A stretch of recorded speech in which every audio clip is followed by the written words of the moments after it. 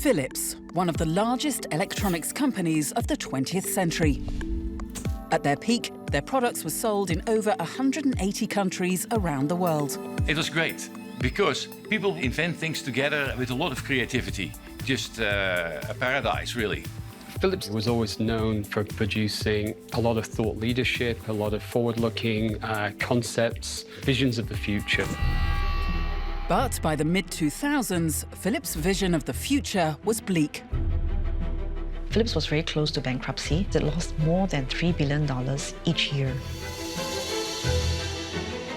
As the world changed and consumer trends shifted, Philips fell behind in technology and they were not actually willing to embrace new technology. And design, racking up billion-dollar losses. There was an awful lot of products which were just more mundane, regular grey boxes, if you like. This is the story of how the electronics juggernaut was forced to change the very core of its business just to survive. Come and join me into the crazy lab.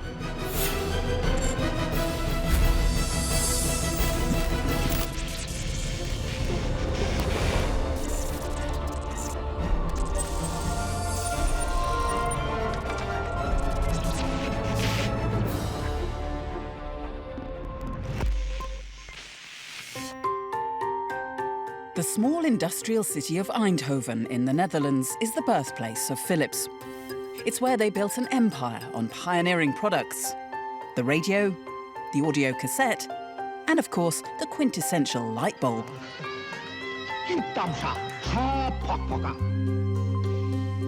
The company's presence is still seen all over the city. And their first factory, opened in 1892, has now been turned into a museum, where Sergio Dirks is in charge of the collections. It's very important to preserve the history of the company because it tells you something about where did you come from, and it tells you something about your DNA.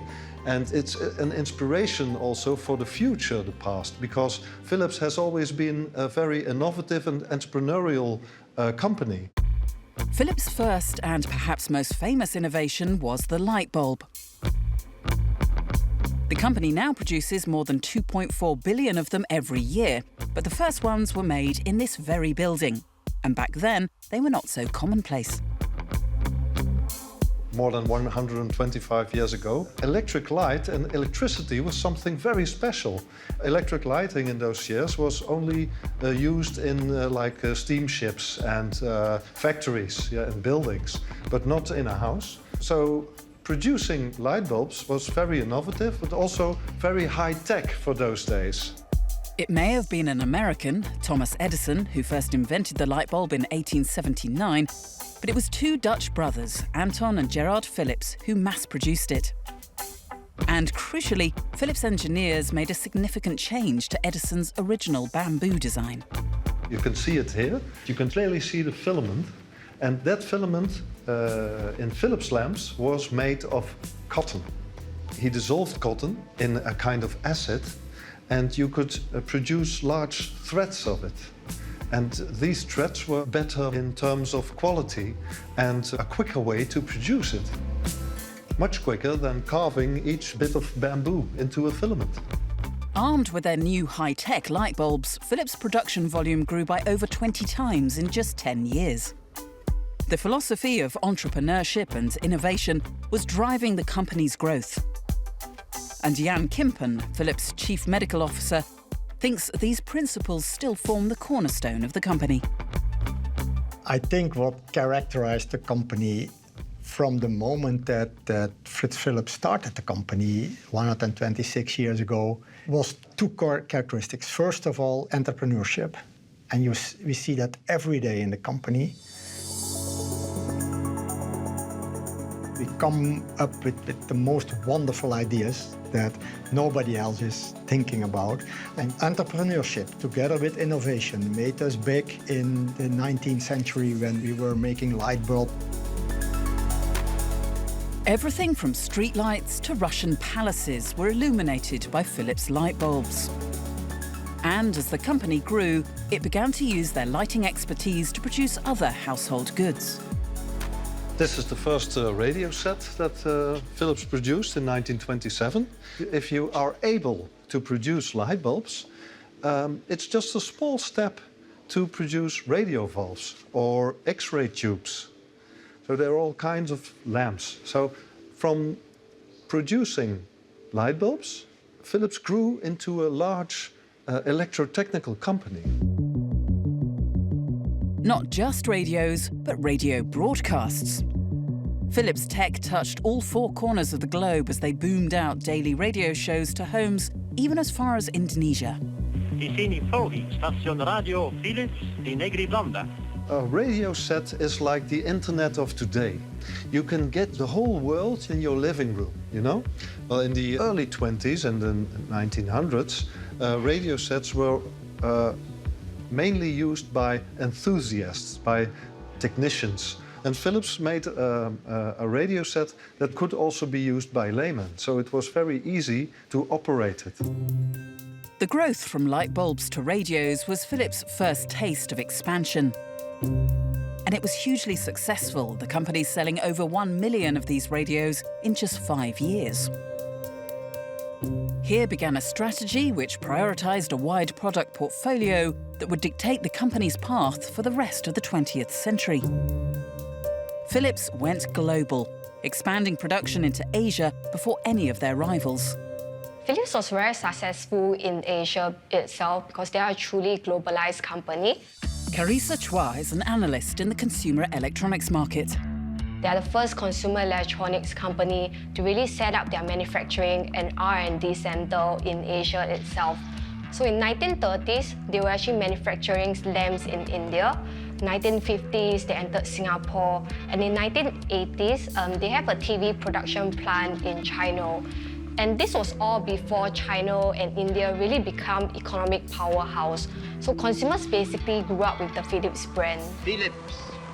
From electric shavers to CD players, toasters to microchips, Philips products became woven into the fabric of day-to-day life.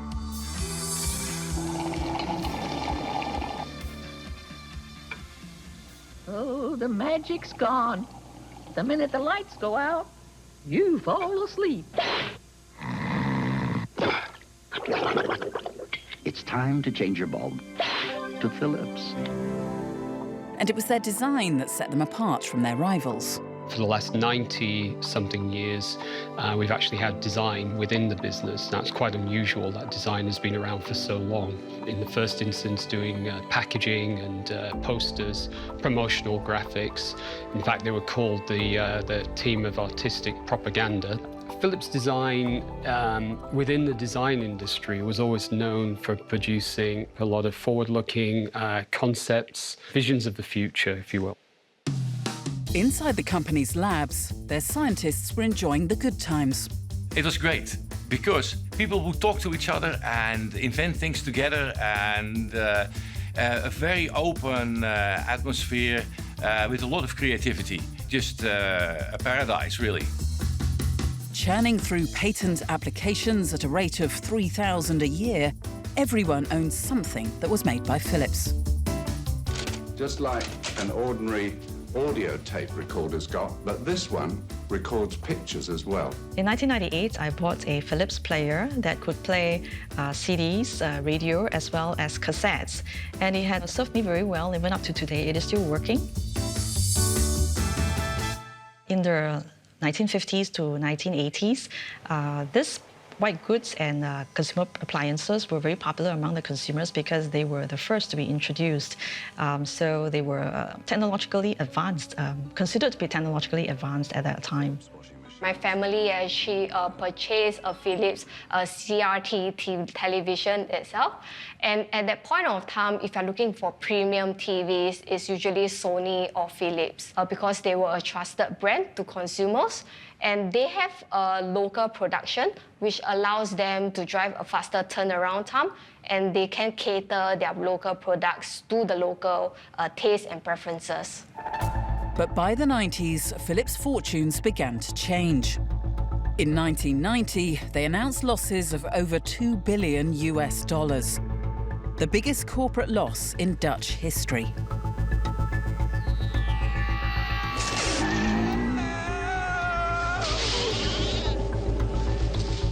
It was exactly Philips' large product portfolio that began causing them problems. Philips was over-diversified. It just had too many products and spreading itself too thin, even if it had a superiority in certain technologies, but it was not able to focus on it and do it really well. Philips had morphed from an innovative company with expertise in core products to a sprawling conglomerate of over 120 separate businesses, ranging from vacuum cleaners to video games. The management needed to refocus and consolidate their business. It lacked marketing capabilities, and it also lacked strategic focus because it was all over the place.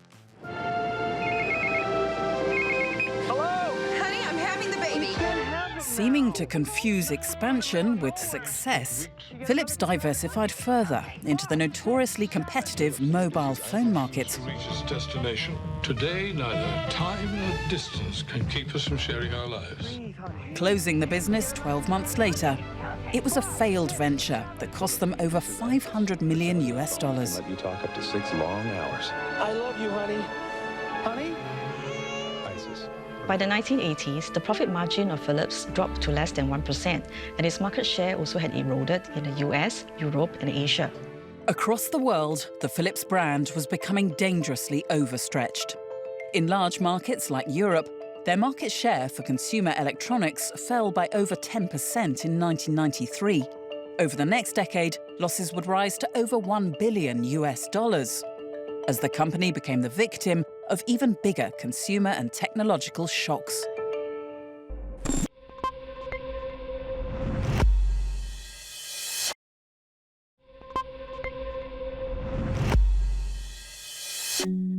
By the mid-90s, the global electronics brand Philips was a company in disarray.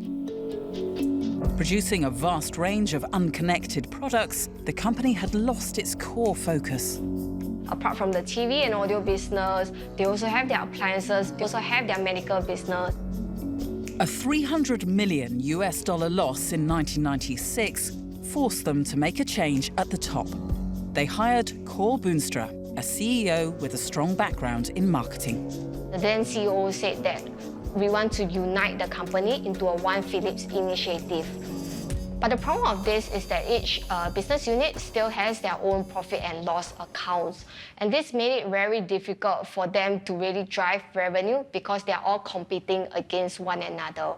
In an attempt to rectify this problem, Boonstra knew he had to make Philips more streamlined. His first move was to close down the company's loss-making divisions and make drastic cuts to the workforce. The losses that Philips suffered were so bad that it had to lay off more than 60,000 employees over 18 months, and it was encountering very serious cash flow problems. So it had to also cut down on those expenditures on units that are loss-making. It consolidated its plants, and it also consolidated its supplier base. In 1999, Philips was a shrinking company. 40 businesses were dissolved, and 50 factories closed down. And true to Boonstra's roots in the marketing industry, he attempted to reinvigorate the brand, introducing a new slogan portraying Philips as a company focused on customers' needs. Philips, let's make things better. But although Boonstra increased profit margins, he was unable to increase long-term product sales. Philips' size was still proving to be a problem as they were slow to respond to market trends. Philips is a huge organization, and so the decision-making actually was very decentralized and made among multiple heads and over a prolonged period of time. It made it very difficult for Philips to be able to launch products in a competitive way. Compared with other global electronics companies, Philips was severely overstaffed. Sony's workforce was 100,000 people fewer than Philips, yet their revenues were 15% higher. The Japanese players were able to build very high productivity production facilities in Japan. However, Philips had more than 500 plants scattered all over 50 countries, and the production capacity was not optimized. And this operational inefficiency was most seen in Philips' TV business. At their peak, 1 in every 7 televisions sold around the world carried the Philips logo. Ricky Primilani, whose family have sold electronics in Singapore since the 1970s, remembers Philips' heyday well. The store first started selling Philips television from the early days. Philips as a brand has a very good reputation, especially in Singapore, especially in home appliances. So from day one, their irons, their vacuums, it's easy to sell. So when a customer walks in and if you present them with a Philips, well, your sale is sort of quick. You don't have to talk much. Their reputation is up there with the best. But by the mid-2000s, Philips TVs were starting to come under pressure from the emerging and technologically superior Korean electronics companies. Everyone's invited. The Korean took everything by storm. Everyone was left to play catch-up, basically. In the last 10, 15 years, that's when I would say the Korean revolution. The Samsungs, the LGs came very strong and really got a foothold and dominated the market. And that has caused Philips to sort of be left behind. The consumer electronics market is very competitive. It's rapid innovation, it's a vicious market. And within the consumer electronics market, I think it's all about being bigger, being better, and offering cheaper solutions to consumers. When others say they have the most brilliant, the sharpest, and clearest pictures, compare them with the new LG GoldenEye Plus. The Korean revolution was in full flow, and the new players in town, Samsung and LG, employed aggressive marketing campaigns, targeting younger consumers with their newer, cheaper and technologically sophisticated TVs. No matter how big or small the pictures may be, the LG GoldenEye Plus, an eye for perfection.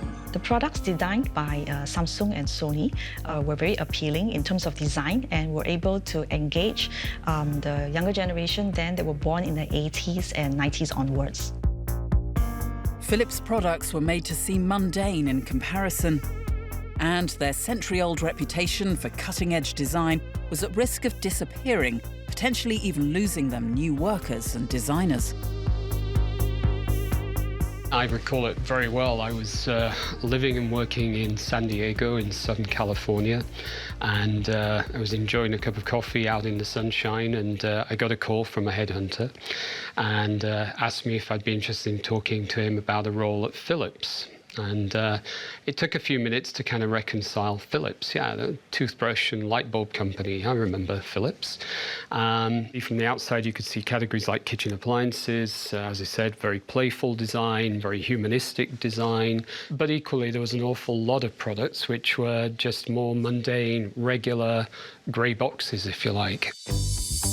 Sean Carney is one of the world's leading designers, and his first instinct was to turn down the job offer from Philips because their range was so uninspiring. I knew there was an opportunity for design to do more and how we could evolve design, but I wasn't entirely convinced this was a company that was really at the same level of the company I was in. When you look across the wider portfolio of Philips, there wasn't the consistency of adopting design in the same way. And the pressure on Philips was about to increase dramatically. In the mid-2000s, the world was in the grip of a technological revolution. The internet changing the very fabric of human life. But as the world was going digital, Philips stuck with the analog, continuing to produce analog CRT televisions when their rivals were making digital LCD screens. Philips was actually slow to embrace LCD technology because at that point of time, the CRT TV was basically a cash cow for them. And going into the LCD TV market, it will cannibalize the sales of their own CRT TVs. Internally, they were saying that if you want good picture quality, you should just stay with CRT. But I think what they have actually really underestimated the development of LCD technology. From 2007 to 2011, Philips TV sales suffered losses of more than $1 billion. And there were similar stories across their other electronics products. In their audio business, an industry they'd shaped when inventing the audio cassette, they now seemed desperately behind the times. Philips sold off its audio division because they found that its target consumers were no longer buying CDs nor DVDs. Instead, they were going online for downloading of music. With outdated products and falling profits, the future of the company looked dim. In 2011, they reported an annual loss of $1.5 billion. It was almost lights out for Philips.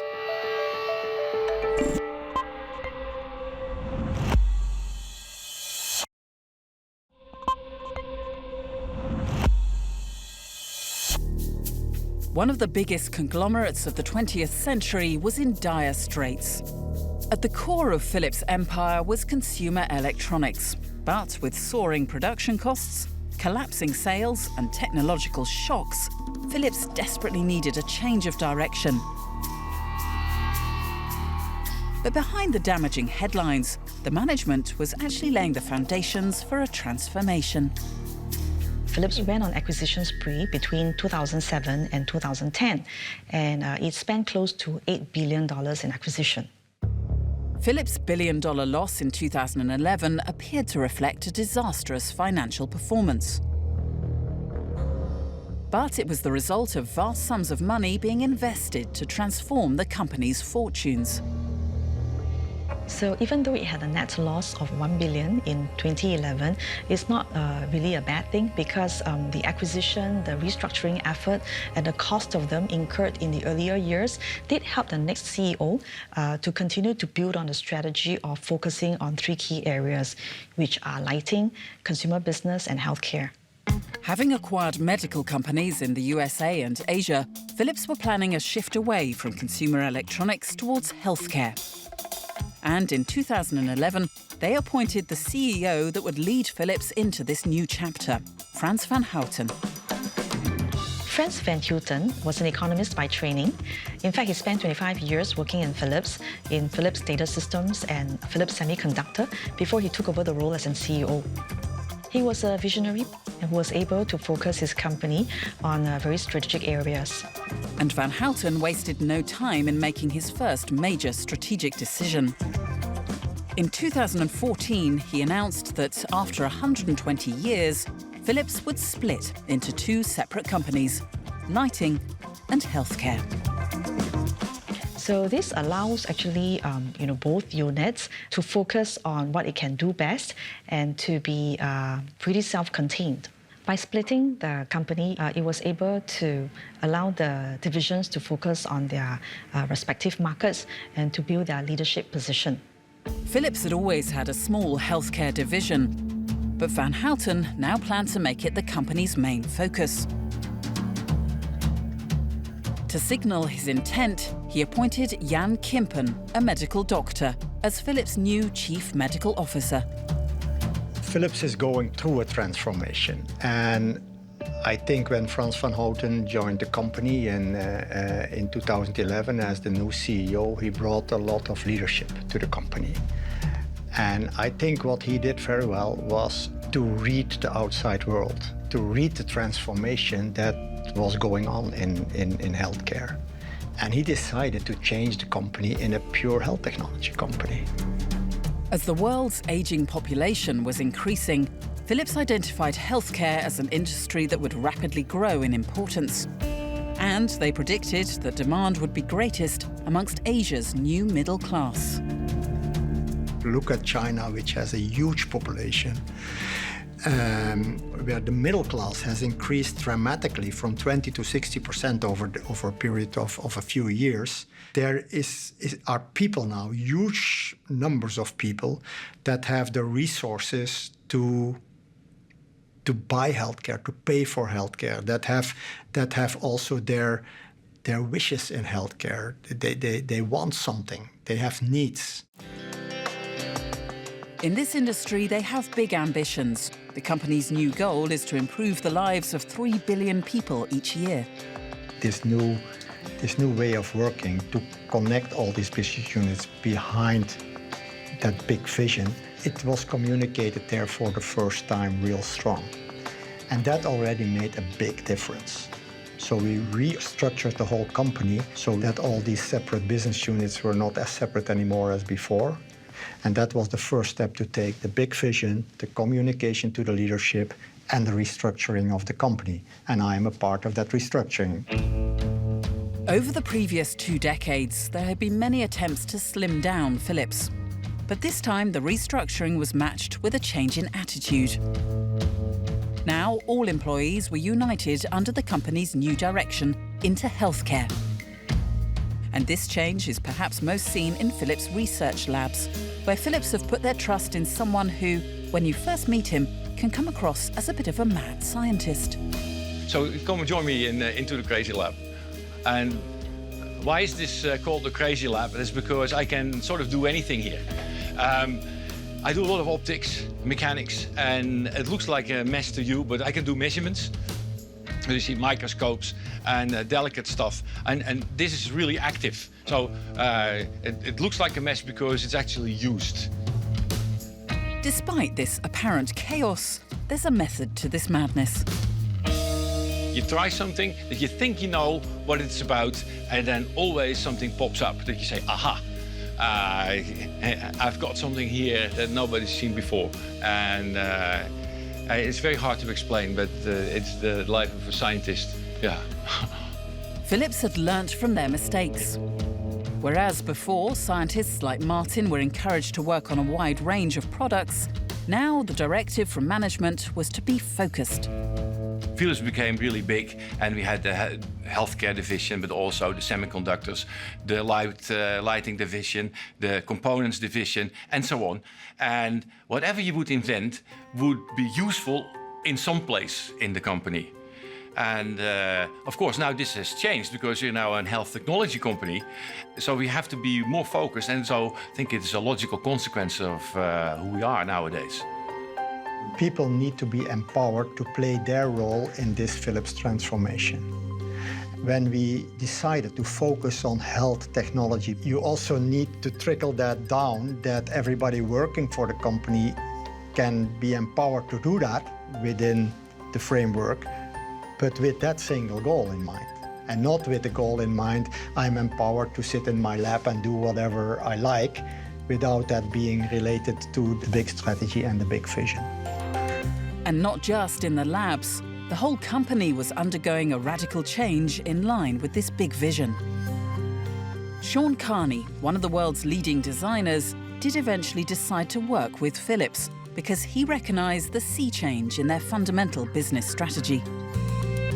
When I came about 6 years ago, we were still based in another building. We were separate from all the research community we have here. So we took the deliberate decision to move design onto this campus to be right in the middle of all this technology creation.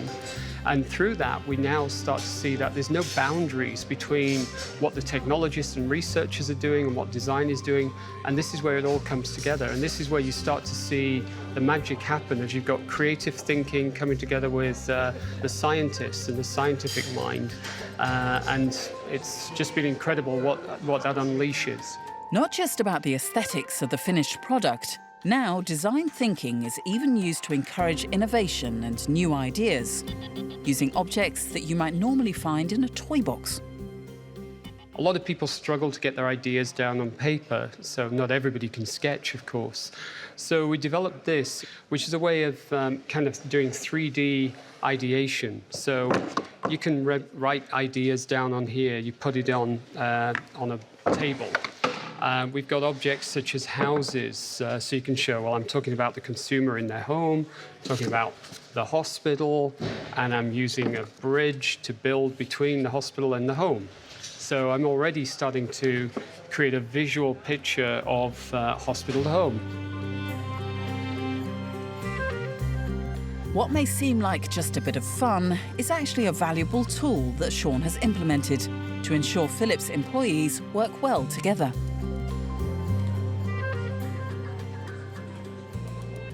I've seen some very passionate displays of creativity from probably the guy who's the most stuffy and conservative person walking into the room suddenly has got sleeves rolled up, tie off, and they're getting engaged and they're telling the story. And that's the way you can also drive that level of engagement in developing new and creative ideas. Over the last 2 years, Philips' growth in the healthcare industry has been remarkable. In 2016, The company invested almost $2 billion into research and development. And that same year, they opened a new multi-million-dollar regional headquarters in Singapore. Employing 900 staff, it would serve as Philips' healthcare hub in Asia. This is a very important region for us, and we see trends that are quite similar to the rest of the world in terms of aging populations, increasing chronic diseases, non-communicable diseases like cancer, like diabetes, like heart issues. And they place quite a strain on resources for healthcare. In Asia, the number of people over the age of 70 is predicted to increase by over 300% in the next 50 years. And Philips have tailored their healthcare technology to prepare for this spike in senior citizens. If you look at elderly people, we will have another 700,000 silver generation being added to the current elderly population in Singapore. They are requiring healthcare. If you look at the current healthcare system, it will not be able to cope with so much elderly people in the society. So you actually also need to evolve the healthcare system to also being able to better address the need of chronic patients.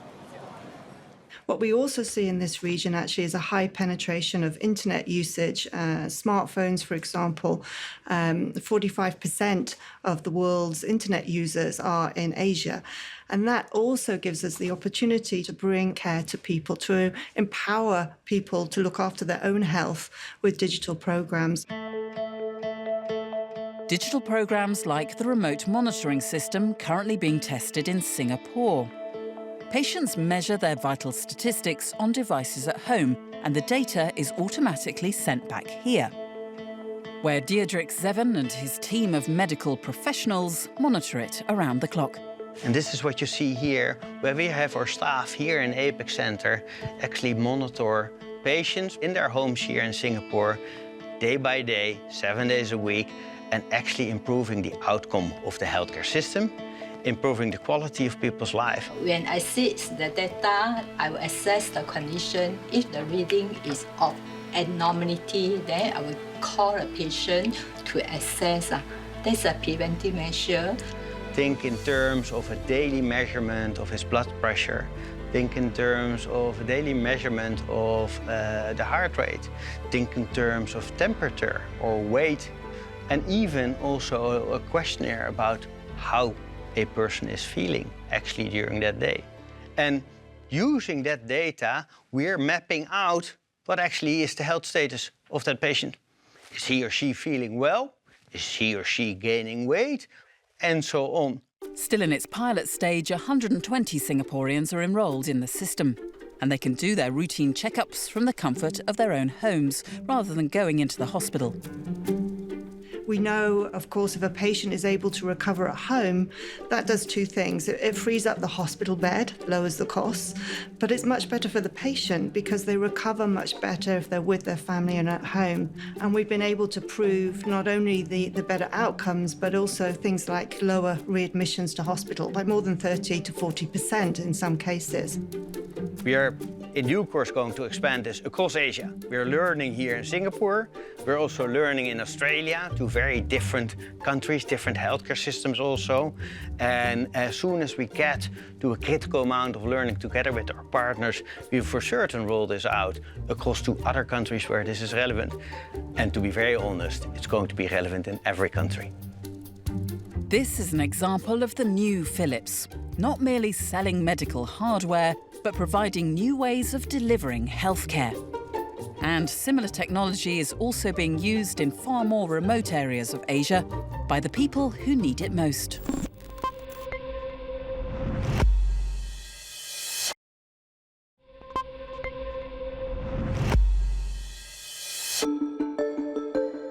Over the last 2 years, Philips has transformed itself to become a respected healthcare provider. And their modern medical technology now improves people's lives in some of the most remote parts of Asia. Jayapura, a small town on the Indonesian island of New Guinea, is the location for Philips' latest medical innovation. Today, local midwife Lou Ramiati is preparing to do a home checkup on one of her expectant mothers. Saya akan berkunjung ke rumah pasien karena pasiennya kemarin ada keluhan sedikit. Terus ini keluhannya itu dia bilang agak pusing dan sudah agak lama dia tidak datang berkunjung. Jadi saya harus mengunjungi pasien. Kunjungan rumah sangat penting untuk menurunkan angka kesakitan ibu dan bayi. Begitu juga untuk menurunkan angka kematian. Her patient lives over 2 hours outside Jayapura, where the nearest health centre is located. The distance means it's difficult for expectant mothers to travel to the health centre for regular checkups. They rely on home visits like this. We increasingly also engage in trying to serve the underserved markets. We know from studies and also from the epidemiology there that in these remote areas, the prevalence of mothers dying during pregnancy or during delivery, as well as neonatal mortality, was unacceptably high. And that is mainly because there was no access to the healthcare system from these remote areas, at least not in an urgent way. Permisi. Selamat sore. Sore, Ibu. Ya. Bagaimana? Sehat? Iya. Kita mau periksa Ibu dulu. Oke. Ya. Bisa kita ke dalam, Bu? Ya. Nanti kita periksa dulu ya. Habis kemarin Ibu katanya agak kurang enak badan. Iya. Ya, nanti kita timbang tensi baru periksa perut sekalian, ya. Dita Wender is 6 months pregnant, and at this stage it's important to monitor the baby's weight and movements closely. Using the ultrasound, both nurse and mother can hear the baby's heartbeat. Ibu tahu bayinya sehat kalau bayinya bergerak. Ya, kalau saya tahu sehat dari denyut jantungnya. Ya, itu harus kuat terus bergeraknya. Kalau tiba-tiba geraknya lambat, ibu coba ke puskesmas ya. Kalau umpama malam ke rumah sakit, ya tidak boleh dia gerak lambat. Ini denyut jantungnya kuat, itu sehat ya. Kalau geraknya lambat, itu dia kurang sehat namanya. Laki-laki atau perempuan? Tadi sudah usia dan perempuan. Gimana ibu perasaannya mendapat anak perempuan? Karena saya punya anak pertama laki-laki, jadi sekarang semuanya perempuan. Kenapa alasannya Bu senang? Iya, ibu senangnya kalau suster yang datang nanti saya jalan. Iya, diperhatikan gitu. Masih saya pikir ada suster macam diperhatikan gitu. Here's where the new Philips technology comes in. All the data is electronically entered into the mobile device and immediately sent back to the health centre. Sistem MOM dari Philips ini sangat bagus ya, dan kami sangat senang diperkenalkan dengan sistem MOM ini. Jadi begitu pasien yang sudah kami periksa, kami langsung masukkan datanya di sistem Philips MOM, dan kalau ada yang berisiko kami akan cepat tahu karena akan segera diberitahukan, dan kami konsulkan dokter umum atau dokter kebidanan. One app is for the healthcare worker or the social worker very close to mom in these remote areas. These data are sent to a center of excellence, a center with experts, which can be far away, where the doctor has his version of the app, looking at these data, giving the right suggestions for treatment or for transport of the patients. Back at the health centre in Jayapura, the mother's data is received and analysed by Dr. Fitra Riyadini. Alat Philips MOMS tersebut sangat berguna untuk melakukan screening, kemudian menyimpan data sehingga kita bisa memfollow up atau melakukan evaluasi lebih lanjut kepada ibu hamil, kemudian kondisi bayi yang dikandungnya. Kalau ada kondisi kritis, mulai dari pemeriksaan fisik seperti biasanya ibu hamil ada tekanan darah yang tinggi seperti itu, atau ada keluhan seperti nyeri kepala, kemudian nyeri ulu hati, itu adalah tanda-tanda preeklamsia. Kami akan langsung melakukan rujukan ke rumah sakit yang lebih tinggi layanan kesehatannya, seperti itu. Philips have plans to extend this technology to other communities across Asia. But for today, the checks have gone well and both mother and baby are healthy.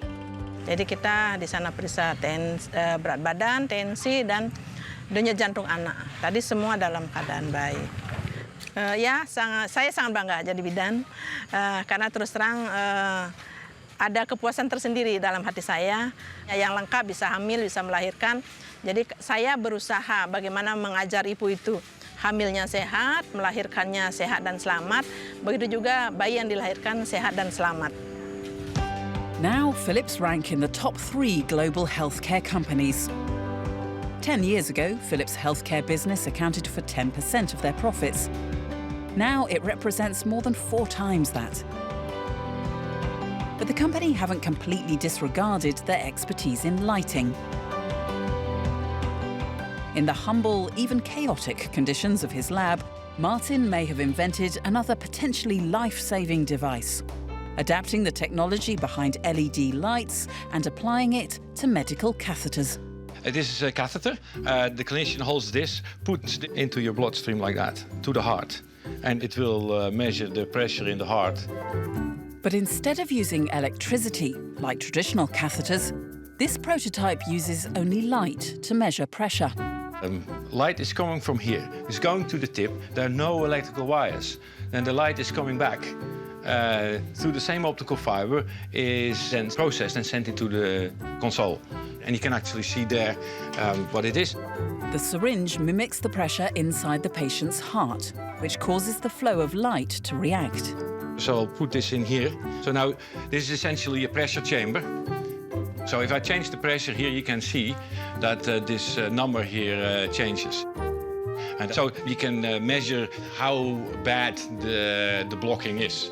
Is it 50% blocked or is it 95% blocked? Far safer and more precise than electric catheters, this Philips invention could revolutionize the diagnosis of heart disease. The roots is really in light bulbs. And what this technology could mean in the real world is that you replace all the electrical wiring in a catheter by optical fibers. These catheters will become cheaper and therefore they can be used more easily in the treatment and diagnostics of patients. Whether it's life-changing health initiatives in Jayapura or cutting-edge tech in the Dutch research labs, it is the company's mantra that seems to be the driving force behind Philips' change. Philips' ambition in healthcare is to improve the lives of 3 billion people around the world by 2025. We are all passionate about this big mission. That is what everybody works for every day. Everything we do is with that specific goal in mind. How do we touch, through our innovations, people's life, improve people's life by utilizing our technology, by partnering with relevant partners in the countries that we are active all across the world, and in fact deliver a real contribution to the sustainability of society. The fact that this new focus on healthcare has helped the company record $20 billion of sales in 2016 is equally remarkable. From a company that first specialized in light bulbs to one that is saving people's lives and helping to bring new lives into the world, Philips is now addressing some of the most challenging health problems facing society today. We are on the right track to address the big challenges in healthcare. If I can take one step back, what are the big challenges now? The world population is growing enormously. This aging population comes with a lot of diseases. We have 1 billion people with high blood pressure in the world, out of the 7 billion. We have 500 million with diabetes and with respiratory diseases. We have 14 million people with cancer. Every year, new patients. It is inconceivable that we can address this enormous burden on healthcare just by doing things better than we did yesterday. We have to do other things. We have to transform medicine.